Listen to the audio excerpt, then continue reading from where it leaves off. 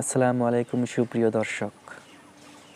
আমরা প্রতিদিন কত নামি দামি ব্র্যান্ডের প্যান্ট বা জুব্বা পরছি, কিন্তু কখনো কি খেয়াল করছি আমাদের এই শখের পোশাকটি আমাদের জাহান্নামে যাওয়ার কারণ হতে পারে? সহিহ বুখারীর 5787 নম্বর হাদিসে নবীজি সাল্লাল্লাহু আলাইহি সাল্লাম খুব ছোট কিন্তু ভয়ঙ্কর একটি কথা বলেছেন।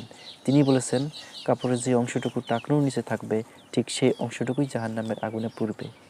একটু ভাবুন তো, মাত্র কয়েক ইঞ্চির অবহেলার জন্য আমরা কি আমাদের পাকে আগুনের মুখে ঠেলে দেব? চলুন আজ থেকেই আমরা প্রতিজ্ঞা করি, আমরা প্যান্ট বা লুঙ্গি যাই পরি না কেন তা টাকনুর ওপরে রাখবো। এটা শুধু স্টাইল নয়, এটা আমাদের নবীজির সুন্নাত এবং বাঁচার পথ।